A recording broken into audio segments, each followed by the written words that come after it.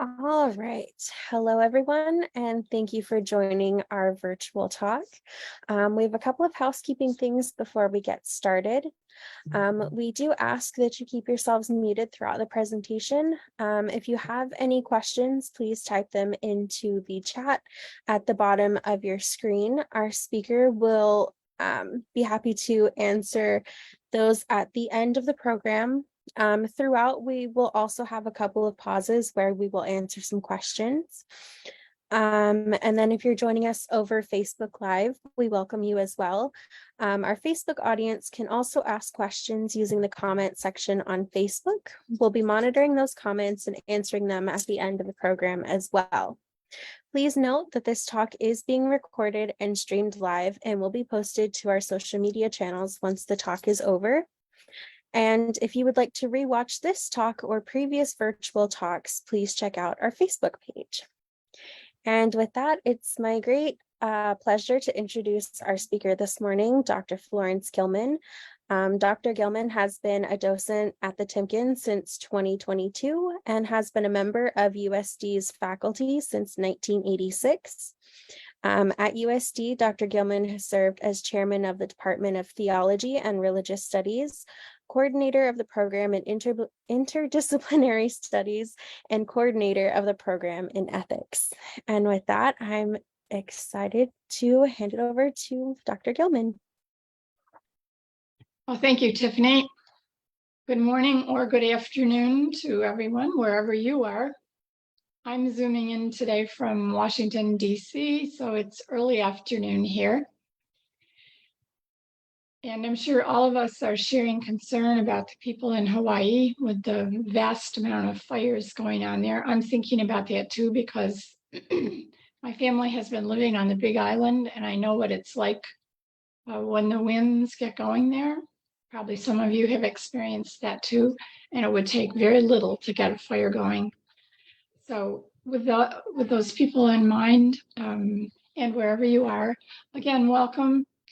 And I think that this subject will turn out to be one that we could have a good discussion about.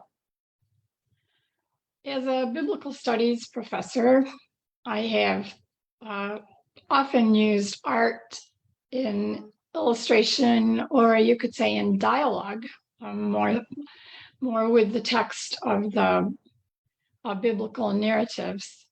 And this is a prime example of where art has had a huge impact on people's idea of something in the Bible. So in this case, the Last Supper of Jesus, but where it has also had a controversial impact. And that's what I'd like to talk about today.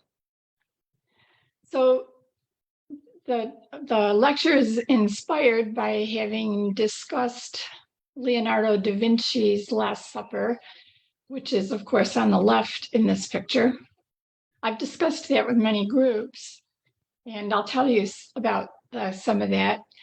On the right, the picture is in the Timken's collection, and so I always like to bring in some of our fantastic collection. Usually it's a piece of art in our collection that inspires the lectures that I would like to give. So as we move into this, then the famous Leonardo's on the left, and the less famous but important Timken's on the right that I will tell you something about as we go forward here. So the Last Supper by Leonardo was painted between 1495 and 98. It was commissioned by the Dominican monastery of Santa Maria delle Grazie in Milano. It was commissioned for what is called a refectory. A refectory is a kind of a fancy word used in monasticism or in convents for dining room. And this painting was placed at the end of a very large dining room that I will describe to you in a little more detail as we go on. So Leonardo's work is very famous, especially because of his use of perspective. And art historians have a lot to say about that. I do not have a lot to say about that, except that that is a very famous aspect of this painting. But I prefer to talk today about how this relates to the biblical narratives and how it is problematic. You can see that in the center of the painting right here is the top of a door frame. So this was put here after Leonardo painted this painting. And the actual painting by Leonardo did not weather the centuries very well due to the type of paint that he put on wet plaster.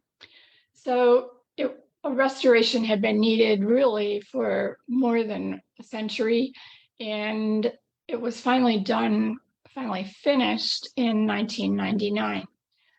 This picture is of the restoration. So you can see that even as restored, the colors are not brilliant. The colors are muted and there's a fuzziness to it. And that's in spite of this particular photograph being a very high resolution, actually. So when an artist decides to paint a picture that is relevant to a story, the artist has to pick the moment in the story that he or she wants to depict. So otherwise, you have to paint something that has different scenes within it to tell the whole story, if you want to do it that way. In this case, Leonardo picked a moment at the Last Supper of Jesus when Jesus had just said that he expected that one of his 12 followers, closest followers, one of his disciples, would betray him. So Leonardo picked that exact moment, and what he intends to portray here are the reactions of the 12 apostles. As you can see, many are pointing with their hands or their fingers. You can see this one right here pointing to himself. These two seem to be, this one's pointing to himself too, I believe.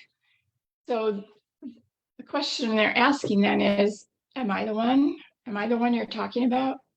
Is it I? Or it can't be possible. Over here, this one is holding up his hands like, this is impossible. We're all your friends, and so on. So that is the moment that he picked. When we look at some other Last Supper pictures, artists will have picked a different moment. So you obviously have to say, what exactly is the artist portraying here? Now, we know from the stories in the New Testament that the betrayer was Judas. And so we're always looking in the Last Supper picture for where is Judas portrayed. In Leonardo's, Judas is right here. So he's, depending on how you want to count the heads, he's either the fourth head from the left, but really because this is Peter reaching over, he's really the fifth head from the left. In any case, he's this man right here with dark hair looking this way toward Jesus. That's always a question. Which one is Judas? And sometimes the artist already told people which one was Judas, and sometimes we're guessing which one is Judas. Okay, now moving ahead. Comparing Last Supper paintings requires asking a lot of different questions like that, such as where's Judas? Are all 12 apostles in the picture, or has Judas already left? Because at a certain point, Judas leaves to go and betray Jesus. So sometimes Last Supper pictures have 11 apostles, but sometimes also there are other people in the picture, and sometimes artists feel like there should be other people in the picture, that this is an unrealistic presentation since there are no women and no children. And even some artists put in not only women and children, but pets. So there are a lot of things we're looking for. Those are just a few to begin with. We're also looking at what's on the table and so on. Now, just to say a couple words about the Timken's Last Supper, which you see on the right. So if you count how many people are there, well, first let me tell you where I got it. All right, so this is a very famous production that the Timken has, known as the Madonna and Child and Two Angels, with 12 scenes from the Passion. So this is a very unique kind of a piece of art. It's what's known as a docile. I put the word docile down here. I don't think it's used often outside of art history. But a docile was an ornamental cloth or a painting that hung above an altar.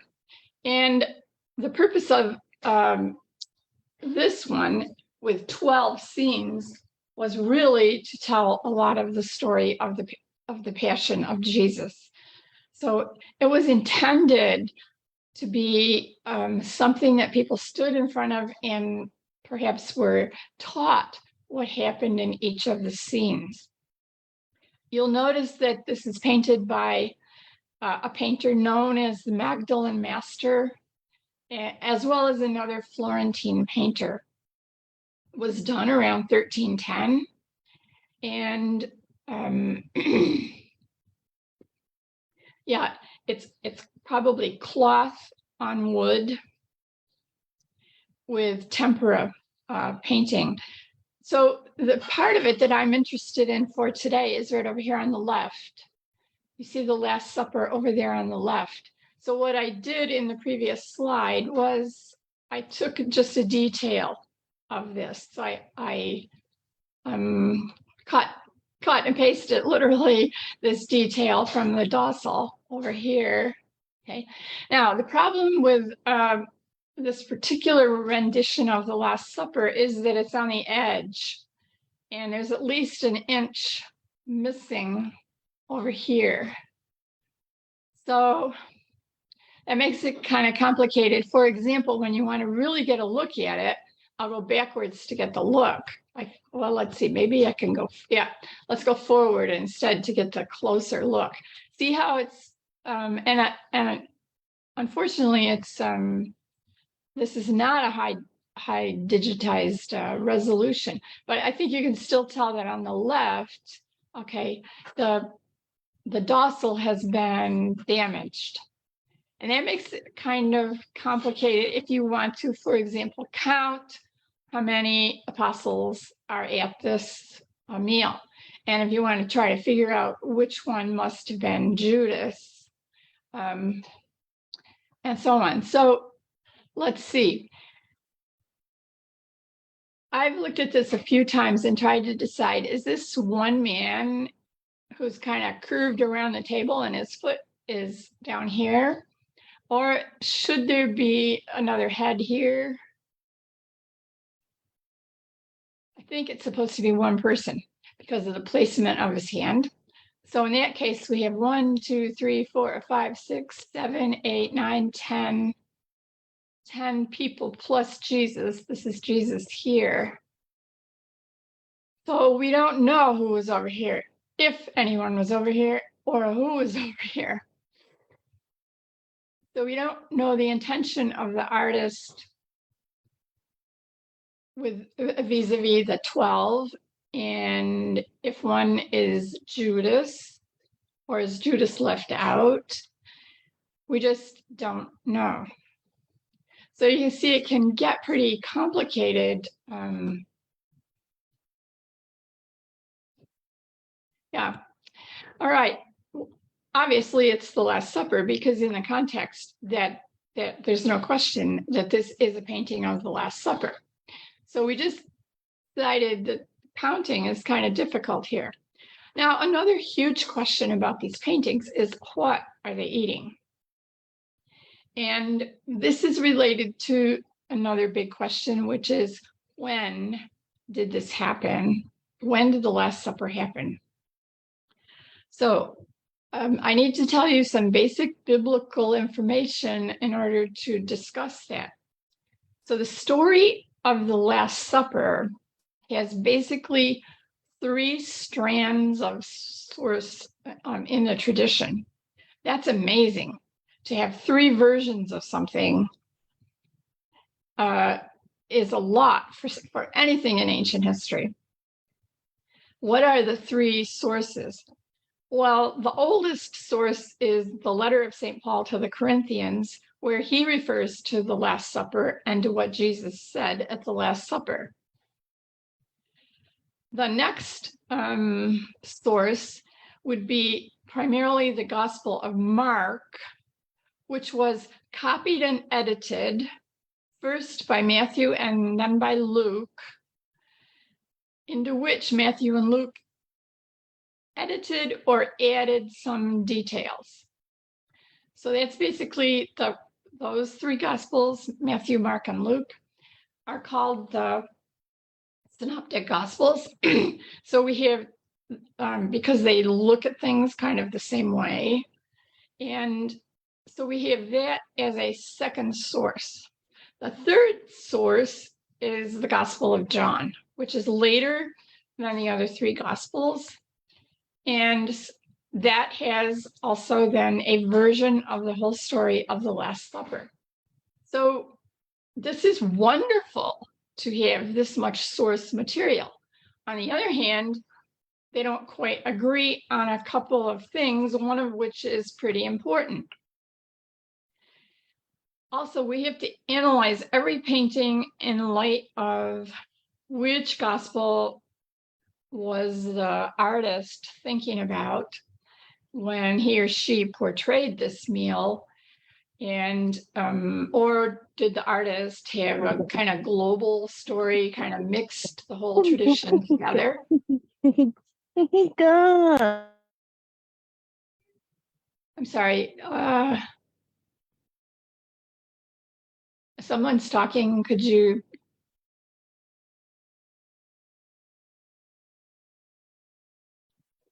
Oops. Someone's talking. I did go ahead and mute them. But just as a reminder, please keep yourselves muted until we get to the end. Okay, yeah, thanks. In a few minutes, I'll take a couple questions. So you can put your questions in the chat too, or you can start to jot them down. And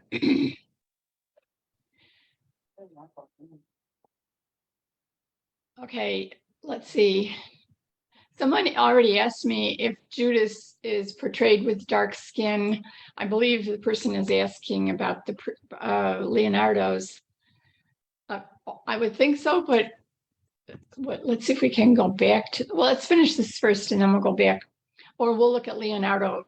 We'll be coming to more pictures of more uses of Leonardo's picture, and then we can see if that person is portrayed as Black. All right, so what is the moment portrayed here? Well, it's very different from Leonardo's because they're not all pointing to each other or to themselves and saying, am I the one who's going to betray you? So it's a little harder to assess what the moment was in this artist's mind. Okay, and it's much harder to figure out if Judas is in the picture, and if so, where. All right, moving forward then, to state here at the beginning of what I intend to really discuss about these things here, what are my concerns? I would say that Leonardo's painting of the Last Supper since the end of the 15th century has been so famous, so widely portrayed, so widely used, and especially in even today, that it has inadvertently shaped people's impression of what the meal was like historically. So I'll come back to that, but that's a main concern that I'm going to talk about. We're also going to talk about how other artists have painted some similar and some very different scenarios. So they're actually obviously working off of Leonardo's, and they either are accepting or challenging something about the way he portrays the Last Supper. And because his Last Supper has in so many ways become the Last Supper, they're challenging what I call, this is my phrase, Leonardo's hegemony. There are other scenarios also, of course, that are far different from Leonardo's, and we can look at a couple of those and discuss how we think those might be received. So biblical studies scholars, people like me, okay, we note that much of the art portraying the Last Supper is inaccurate. It doesn't really show what a first century AD meal in ancient Palestine, okay, in the province of Judea under the period of the Roman Empire and so on, it doesn't really show what a first century meal was probably like. Nor does it consider who might have been there besides Jesus and his apostles, for example, women, children, servers of the meal, and so on. So these are the types of things I would like to discuss. Now, if you go to Jerusalem, your guide will show you a place called the Cenacle, which is also known as the upper room, in Latin Cenoculum, and you will be told that this is where the Last Supper happened. Hopefully you'll have a guide who is well-informed, who will say, well, this is the traditional place where the Last Supper was held. Because nobody can be certain. It's not the kind of thing you can dig up archaeologically.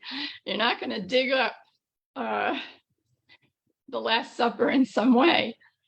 But you can notice, for example, that it is an upper room. So the gospel texts do say that Jesus told his apostles that he wanted to celebrate the Passover with them and that they should find a certain person and tell that they would encounter a certain person and tell him that Jesus wanted to eat with his disciples in the upper room. But is this the real upper room? We just don't know. As far back as scholars can check it, in terms of literature, in terms of archaeology, it goes back to about the 5th century, made popular by the Crusaders. So yeah, this is what people are shown, and they are told also that this is the same room where Pentecost happened. All right. So yeah, it's only been so identified since the 5th century.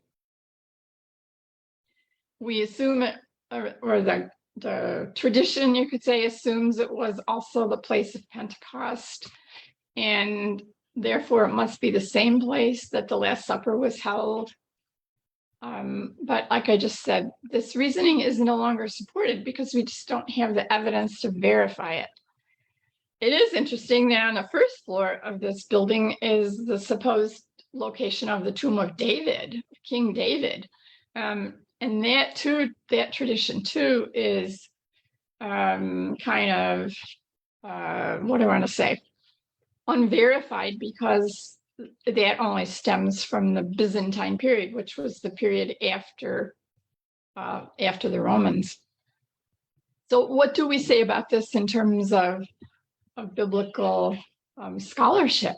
Well, we say, first of all, you have to look at what houses were like in the 1st century AD in the period of Jesus in Palestine.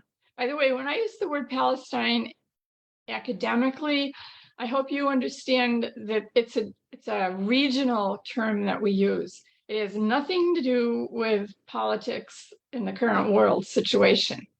So Palestine is a geographical term. Okay, so the name of the province in this period is either, it's the area of Judea, the whole province is Judea, but where Jesus lived, for example, was the North Galilee. Most of his action was south of Galilee in the section of the country called Judea. So here's a typical 1st century house. And why do we want to look at this? Well, let's talk about where they would have eaten, and therefore where they would have eaten a Passover meal.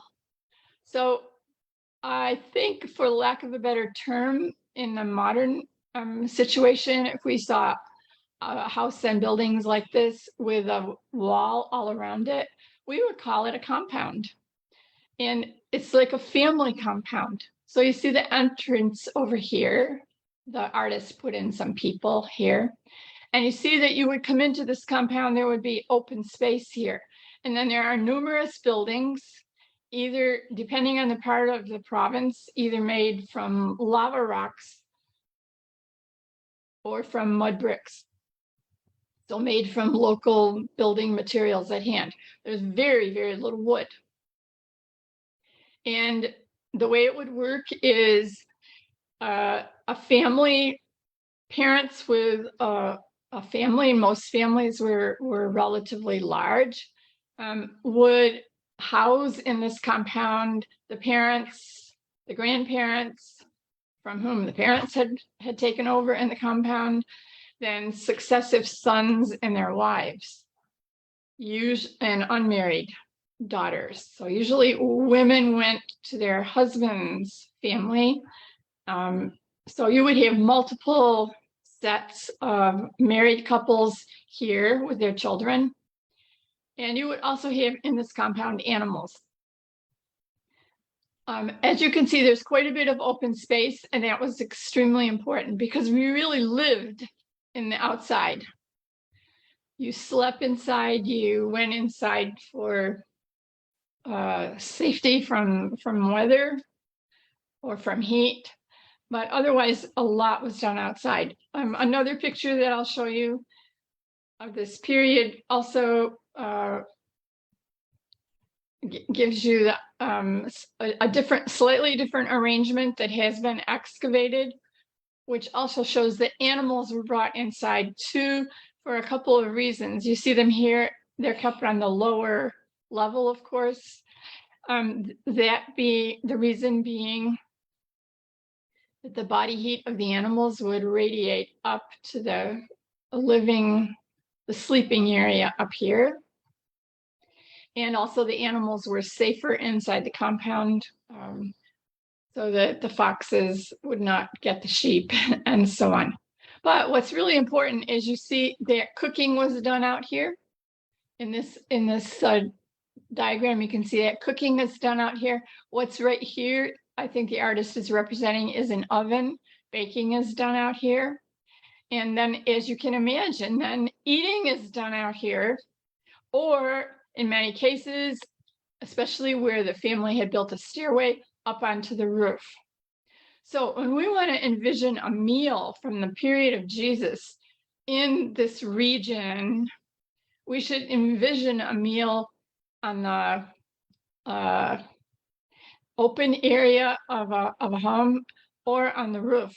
Here's one more diagram that's really good, because this shows the whole complex. And here you see how the stairs would be leading up to the roof, where people would not only eat, but they would sleep on the roof too. And in this area of the world at night, even now, when you go up high at night on the roof of a building or out on a balcony, is so beautiful. It's a wonderful place to sleep and eat. So now what I showed you so far, these three pictures are showing you people who would be village people, people in the, like where Jesus came from, Nazareth. This would be their situation. But what happened when they went to the city where the Last Supper was said to happen? What was it like in Jerusalem? Well, it's really different in this sense. First of all, it's denser. Okay, so this is showing you houses from an urban area. And again, you see it's very dense, but you see also life is on the roof. It's sort of like in California, where we spend a lot of time on our patios. And so when the point of this is, when we're talking about where was the meal that Jesus ate with his followers, or where had he eaten Passover meals before that all his life? Well, if he was home in Galilee, normally in the family courtyard or on a rooftop. If he's in the city now, in Jerusalem, and remember, this is the Greco-Roman period. So what's it like? A lot of places are like this. We can verify this archaeologically, but also there was a lot of Greco-Roman influence. And so in many cases, people had adopted that way of eating. And this is what we're talking about. So now this is ultimate, wonderful Greco-Roman dining. Probably Jesus and his followers did not experience this, but they would have experienced the same type of setup if the room where they had the Last Supper was a Greco-Roman style eating area. You call this a tablinum. And basically the way it works is these are very low couches, and they're usually arranged this way. There's usually three parts. This part is open to enable servers to bring in food and put it on tables, either this type of table or a bigger table in the center. And then people laid on their side. Normally you laid on your left side and propped your head up with your left arm, and then reached with your right arm, and you reached in here to take some of the food. And the normal number of people in a tablinum was about 9, maybe a few more, but these are not big dining rooms. So when we try to think of a house in Jerusalem where Jesus and his closest friends are having a Passover meal, or a meal right before the Passover, it could very likely be this type of a setup, albeit not so fancy. There's no indication that Jesus and his followers were in any way well off, but they would have been influenced by this culture and had low-lying couches, you might say, that they would lay around. In fact, the gospel stories about the Last Supper describe Jesus and the followers as reclining at the meal. So if you think back to Leonardo's Last Supper, nobody's reclining in that picture. They're sitting at a table, very similar style table to what we might experience. There's nothing about reclining there. But in fact, the Gospels say they were reclining. Now, here's another tablinum. This one's gorgeous. This one is in one of the restored homes in Pompeii. So here what you get, I like I like this one. The way you see the couches are closer together. You see the pillows that were there for your left hand, your left arm, and they're closer, so you see how people could easily reach in to take the food. It was also easier for servants to walk in here to replenish the food. So this is tablinum style. You reclined, and Greco-Roman culture impacted even Judea, the area of Jerusalem where Jesus has the Last Supper. So we aren't surprised that the Gospels say they reclined to eat the meal. That's why this painting by James Tissot is kind of interesting.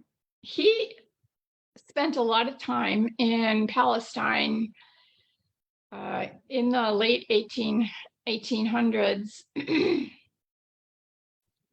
trying to learn as much as he could from people who, historians there, from scholars there, but from the culture at the time, even what it must have been like in the period of Jesus. So James Tissot has done a lot of biblical related pictures to try to be more accurate about the portrayals. And I think this one's pretty good in the sense of you see the reclining kind of situation here. He also does have like sort of kind of chairs in here. So I'm not sure what he learned, or if he's just guessing that there might have been some type of chairs here. But anyway, you see he's got the reclining idea very clearly here. Okay, I'm going to just check the chat here for a minute.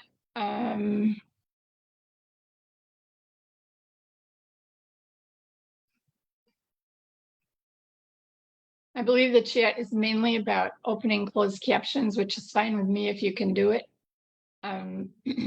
Okay, so I will continue on here.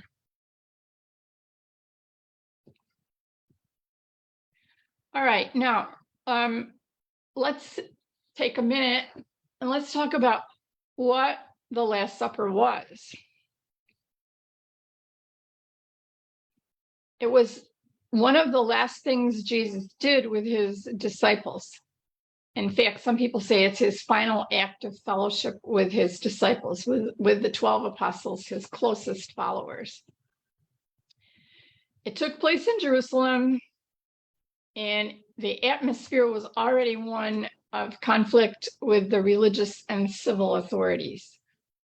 So all the sources agree that this happened in Jerusalem and that it's very late in Jesus's life, and he is already at odds with both the religious authorities, that is some of the high priesthood, the Sanhedrin, the religious council, and apparently also on what we would say the radar of the Romans. So the meal happens in a period of expectation of danger for Jesus. So everybody there and Jesus himself know that this indeed may be one of the last times they're together. It may indeed be his last meal. The Jewish Passover was imminent, and that is both strategically important to understand the meaning of the meal and also why the period was so dangerous. During the Jewish Passover, thousands of people poured into Jerusalem to be with their families, to go into the temple area, to celebrate the Passover together. And that was the time of year when the Romans, who were basically over on the coast at the seaport called Caesarea, when the Romans sent a lot of military into the city to keep order. So it was a very densely populated period. It was a period when it was easy to set off crowds. It was a controversial period in many ways. The area of the temple, the courtyards of the temple were filled with people wandering around, waiting for things to happen, getting into arguments, and so on. So in this atmosphere, then, Jesus says to his followers that he desired to eat the Passover with them, that they would eat it in the upper room together. And he communicates in the sources that we have, he communicates that this is probably his last celebration with them until the future, until the great messianic banquet, when God would establish God's kingdom, and then they would be together again. So in this meal, then, if you know the story, he passes around the traditional bread and wine of the Passover meal. They're also apparently eating the Passover menu. We still have more to say about that, which would be lamb, okay, and bitter herbs, along with the bread and wine. And in this meal, then, he does something very prophetic, something very symbolic, okay? It's related to the Passover, but here we come to a big problem. I told you there's three basic strands or sources of the tradition, okay? They don't agree on exactly which night this happened in the week leading up to the Passover. Was the Last Supper actual Passover meal, which would be Friday evening, which would include the Passover lamb? Was it this meal? Most scholars don't think it was. Most think it was the night before that. It was a meal right before the Passover, but the Gospels and the three synoptic Gospels versus John do not agree if it was Thursday night or Friday night. So when we come back to the paintings, I'll show you how that matters, okay? It was definitely a meal right before the Passover, but was it one day before or 2 days? Was it Thursday or was it Friday? In any case, the feast was very close, and the symbolism of that period is massively important in understanding the meal. So as you can see here, what is the Passover Friday or is the Passover Thursday? The meal is either Thursday right before Friday, Thursday evening. The day started when the sun went down. So Thursday evening is really already Friday Passover. So Matthew, Mark, and Luke do say that it was Thursday. That's the traditional way Christianity celebrates it today. If you think about it, Holy Thursday is the Thursday celebration of the Last Supper. So the tradition follows that Matthew, Mark, and Luke, but John places it a day or two even earlier that week, most likely Wednesday. Now, why does that matter?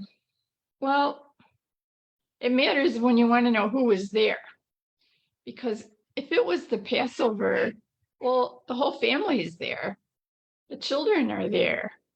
The women and the children have a part in the Passover. So also in John's gospel, he says that the Jewish opponents who arrested Jesus, they did not go later that evening. They didn't go into the praetorium, that means the courtyard of or the equivalent of a courthouse where the Romans presided, because they did not want to be defiled, and therefore they couldn't eat the Passover, wouldn't be able to eat the Passover. So that John's information carries the day right now as far as scholarship sees it. But if you look at how Christianity celebrates Holy Week, it follows Matthew, Mark, and Luke. Does this matter for paintings of the Last Supper? Well, yes, it matters when you want to see what is on the table and other things that are on the table that you might not have expected. Okay. When we get all done, what's certain? Jesus did celebrate a meal, the Last Supper. All right. There's three traditions that point to that. The words he spoke that evening over the bread and wine were unique. The symbolism, the meaning he gave to the bread and wine was new, different.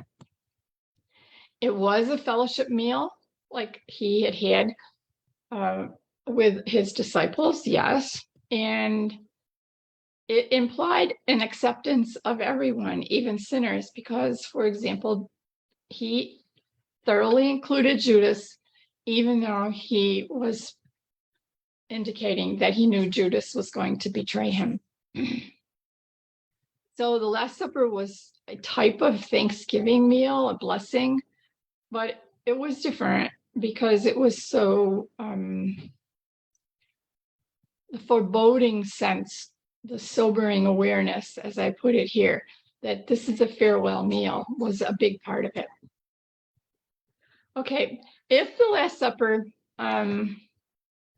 was a Passover meal, what would have been on the table? Lamb, not fish. Why do I say not fish? Because some Last Supper paintings, there is a fish on the table. Bitter herbs, flat bread, wine glasses, or perhaps one very large cup, also called a chalice, also later called the Holy Grail. One large cup for everyone to drink from. Were there women there? If it was a Passover, yes. If it wasn't, it's hard to know what to say. Children, yes, if it was a Passover. If it's not, again, hard to know what to say. Theoretically, yes, Jesus could have had a meal just with his closest followers the night before the Passover. Okay, were there servers there? Were there pets there? Many artists have gone ahead and put all these other people in there too. Now, why is there a fish on some plates? And we'll see that in a minute. The fish became a symbol of Christians, and it's been revived in the 20th century. I noticed in this form down here on the left. Sometimes you see people with a lapel pin that looks like that, or they'll put that on their license or something. And here is a very early Christian tombstone, and that you see the fish here. So this is from the excavations of the Vatican necropolis. So what's the issue? The fish was a symbol for Christ. If you take the word for fish, okay, which I put here on the left, the letters in the Greek word for fish, which is ichthus, okay, or you can also change the U to a Y. You can spell it this way too. They correspond to the first letters of the Greek words for Jesus, Christos, Huios, Theos, Soter. So you took the first letter of each of these words and you would get ichthus. So interestingly, some Last Supper pictures have a fish on the plate, not a piece of lamb. Okay, let's go back to Leonardo now and see what does he have. I believe that scholars, there may be some disagreement, but I believe scholars interpret this plate right here as fish. So Leonardo has chosen to do that. Notice that he has very small pieces of bread. He has, if we could see it, the resolution is so bad, but if you could see closely, like right here, you can see that each person has a wine glass. So there are 12 wine glasses. Over here by Judas, yes, there is a spilled salt container. We aren't sure exactly what that means. Obviously, some symbolism probably. What about the fish? The question is it apparently among people who have really looked at this closely, is it herring or is it an eel circled around the plate? So, by the way, while we're on this question, I can answer the person's question about Judas. Yes, it does look like Judas. He has darker skin than some of the others. Although over here, this person certainly looks darker. Should we see racism in Leonardo's presentation? I have no idea. That would be a discussion maybe of other art, of art, not me, of art historians. Okay, moving on now. So what else are we looking for in these artworks? We've already said we're looking for what's on the table. What's the menu? We're looking for who's there. Okay, so let's see what else. We're looking for what moment did the artist choose to depict? Now we're looking for the position of the table.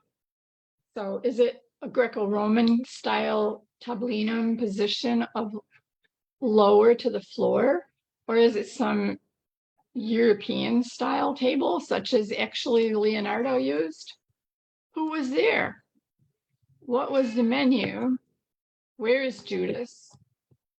And one thing we haven't talked about yet is John was said to have fallen asleep during the Last Supper. So usually there's one disciple leaning on Jesus, and that's usually represents John, the sleeping disciple.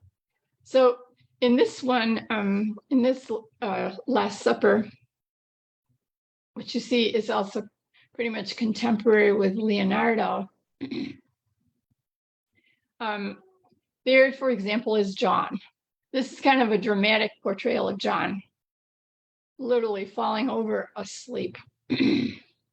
And here we see it's quite a traditional portrayal of the 12.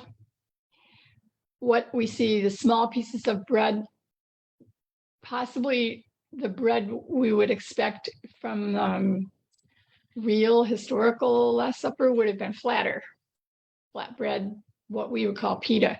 So this looks more like European bread. We do see flasks of wine, and we see some glasses.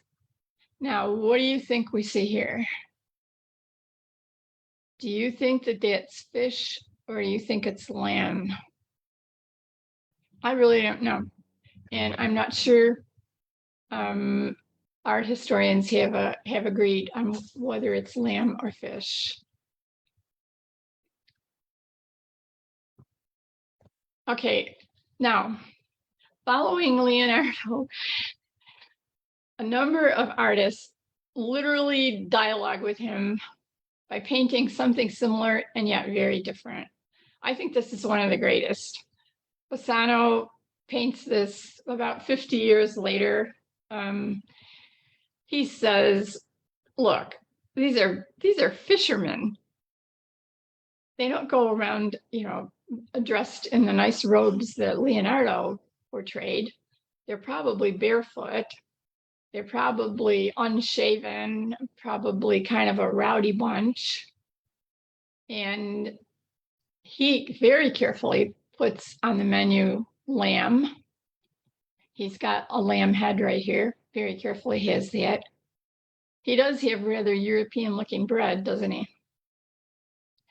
He puts in, this is Peter's position right here. Notice he's got a knife in Peter's hand. That's also an interesting thing to look for to see if an artist does that, because it's later that night when Jesus is arrested that Peter cuts off the ear of the high priest's servant. So Bassano also humanizes it with the pet dog. He also has the detail that what also happened at this meal before eating the bread and passing the wine around was Jesus washed the feet of these men. That's also, of course, probably why he has kept them barefoot.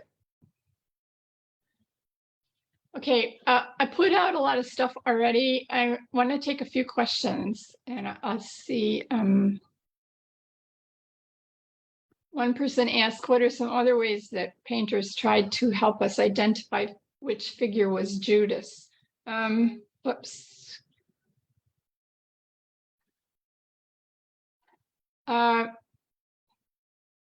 They often have him, let's see, which one is Judas here? Probably the painter has still used black here. In other words, he's about to do something.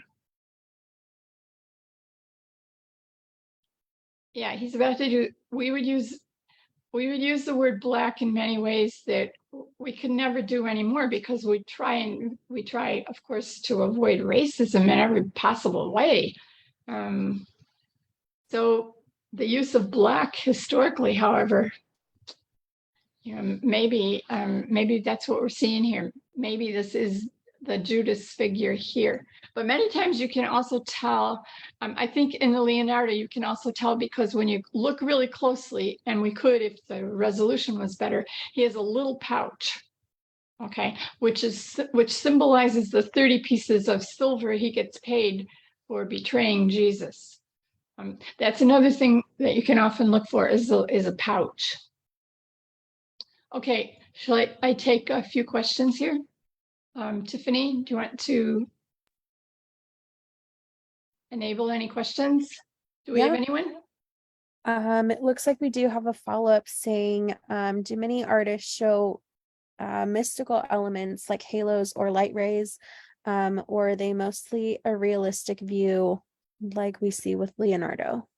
Oh, that's such a great question. And we're coming to a really good example of what you might call a spiritualizing of even this intense spiritual moment, but an even more visible spiritualizing. We're coming to that, yes. Okay, anything else? Okay. Just good. one comment that's, oh, you're good. All good? Keep going? Yes. Okay, here it is. Just about a century after Leonardo, Tintoretto, who did numerous versions of the Last Supper, look what he produces. This is a very spiritualized setting where you actually see Jesus here with the nimbus around his head, the halo around his head. You can tell it's him because of the blue and red configuration, but also the gesture. It's like he's standing and giving the bread. So it's almost like it's a portrayal of the communion gesture of passing out the communion during the Mass. But obviously Tintoretto had a lot to say about the Last Supper that Leonardo doesn't even touch upon. For example, he has numerous women in the picture. So here, here, here. I'm not sure. I think that's a man, but here. But he also has spiritualized it with angels etched in over here. And over here, the light of angels and so on. And this was painted for this is painted for a major spot in a church, San Giorgio Maggiore, Venice. And so it must have been very much appreciated. And in many ways, it's an interesting challenge to Leonardo's setting of just the 12. Now, where's Judas? I'm not sure anybody ever knows. I look at this man right here and wonder, and because he's on the other side of the table, but also because he's totally in red. And if you look at the dates of this, okay, the late 1500s, this is in the Reformation. There's been huge debates about everything under the sun, including wealthy cardinals. And this man looks like a cardinal, dressed all in red. And I wonder if his being separated out from the rest in red and in some way indicates this is Judas. But I don't think Tintoretto ever really said. It sort of leaves it to the person looking at it to try to figure it out. Okay, I would recommend, if I had access to these two paintings, I would love to have discussed these two paintings. A more recent one by Bohdan Piasecki, I believe he's a Polish artist. His Last Supper is very, very challenging. It's portrayed as a Passover meal. The whole families are there. Yeah, please look at that. And also Salvador Dali's, of course, Sacrament of the Last Supper, which is very famous. The reason I don't have either of these in the PowerPoint slides is that I was unable to get slides of those pictures that were that I could use with the copyright permission. So that's why I don't have them. But if you have time, I recommend both of those. Okay, I'm going to go way back to the beginning and tell you a story. See if we can go way back. Okay, what actually inspired my interest in what I call the hegemony of Leonardo's Last Supper. Do this here, okay. Is some discussions I had in various classes with adults in various venues about art and theology and art and the Bible and so on. And I realized at some point that people were really defensive about this picture, that as far as they were concerned, this is historical, that this is what the Last Supper looked like. And that in a way shocked me. It's like, well, Leonardo painted it in 1495 to 98. He wasn't there. Why would you think that he's painting history? He's painting his impression of what he read in the Gospels and what he was taught, what others may have discussed with him. But why would you think that this is historical?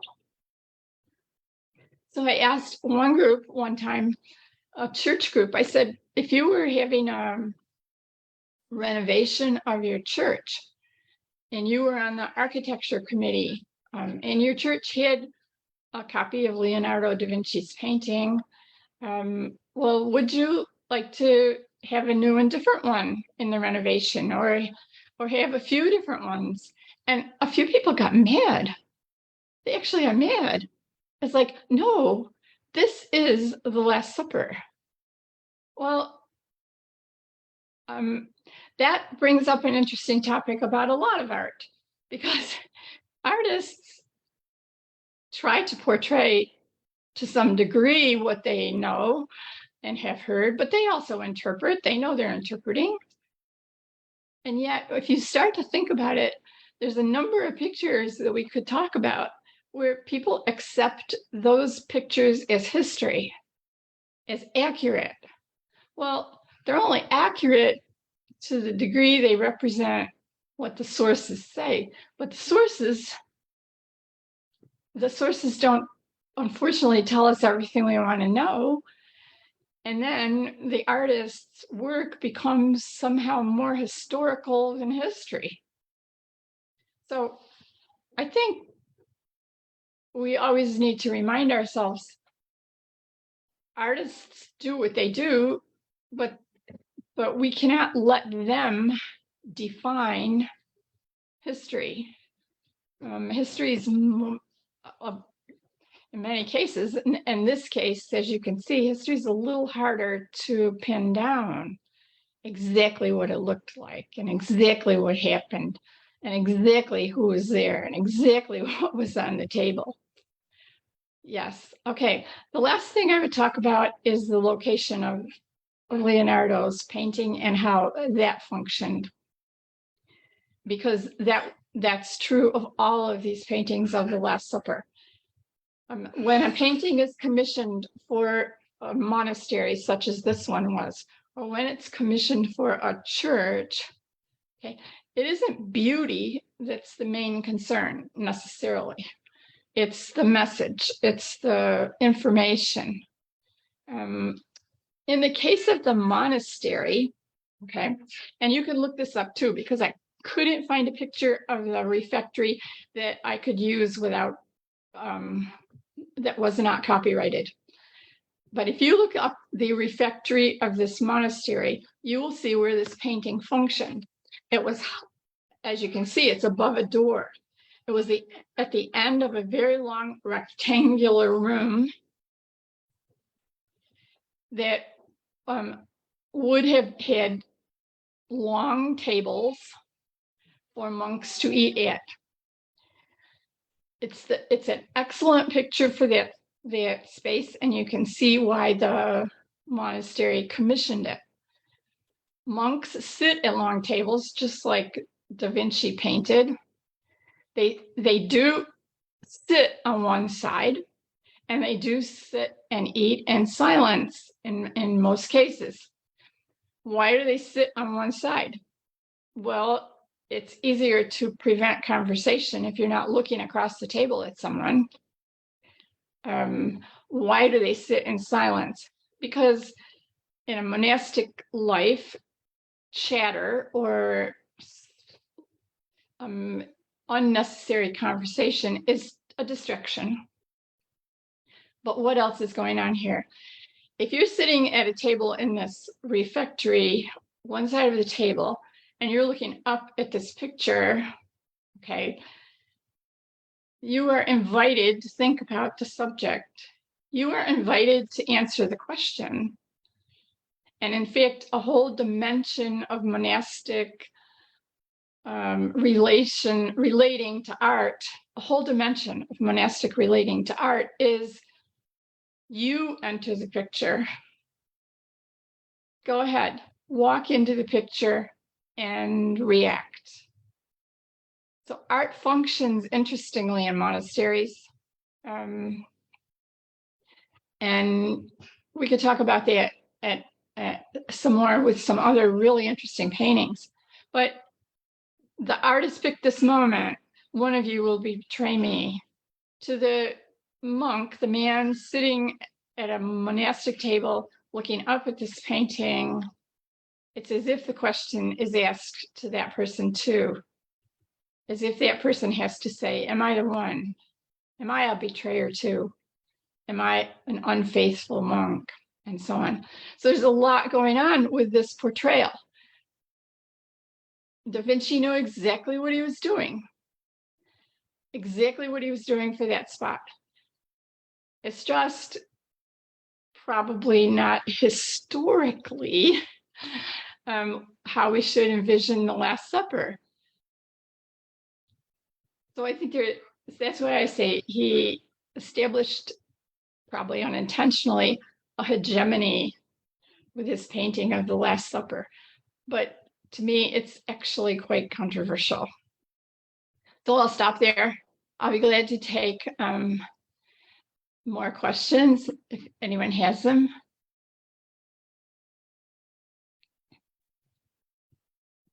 All right. Oops. So we did have a question that came from the Tintoretto painting asking what the significance is of the use of red and blue. For Jesus, is that what the person means? Oh, we don't really know, do we? Not quite. I think maybe. Well, you see it here in Da Vinci too. I think it goes way back in art. I actually don't know the origins of it. An art historian per se would have more to say, but it's one of the ways we recognize Jesus. Certainly the red is reflective of the passion, that Jesus ultimately will die. The blue, I'm not sure what the symbolism of that is, but when you see a figure in a religious painting that's probably the central figure and it's red and blue, you're pretty sure it's Jesus. Any other questions? There's one. It's asking if you could expand on this theme for future talks. For example, how Michelangelo shaped our view of God touching Adam and how Dante shaped our view of hell. It's interesting. Oh, both of those subjects are fascinating, especially right off the top of my head. Dante has done more to shape people's visions of heaven, hell, and purgatory probably than the Bible. And maybe, I mean, it's intriguing literature, it's challenging literature, it's fascinating, but is it biblical? If you want to really know the biblical perspective, should read the Bible and then Dante, and see the difference. But yeah, that's a good idea for some future discussions. Okay, I guess we'll stop here. Thank you for tuning in, zooming in. And the next talk I'll be giving along these lines is about the iconography of Moses. So that will be coming up in October. All right, and thank you so much for this wonderful presentation. If anybody would like to know more about our upcoming events, please check out the events page on our website. And we hope to see you for another virtual talk. Our next one is scheduled for Thursday, August 24th, titled 17th Century Dutch Painting in Haarlem. Thank you again for joining us today. Have a great rest of the day and bye everyone.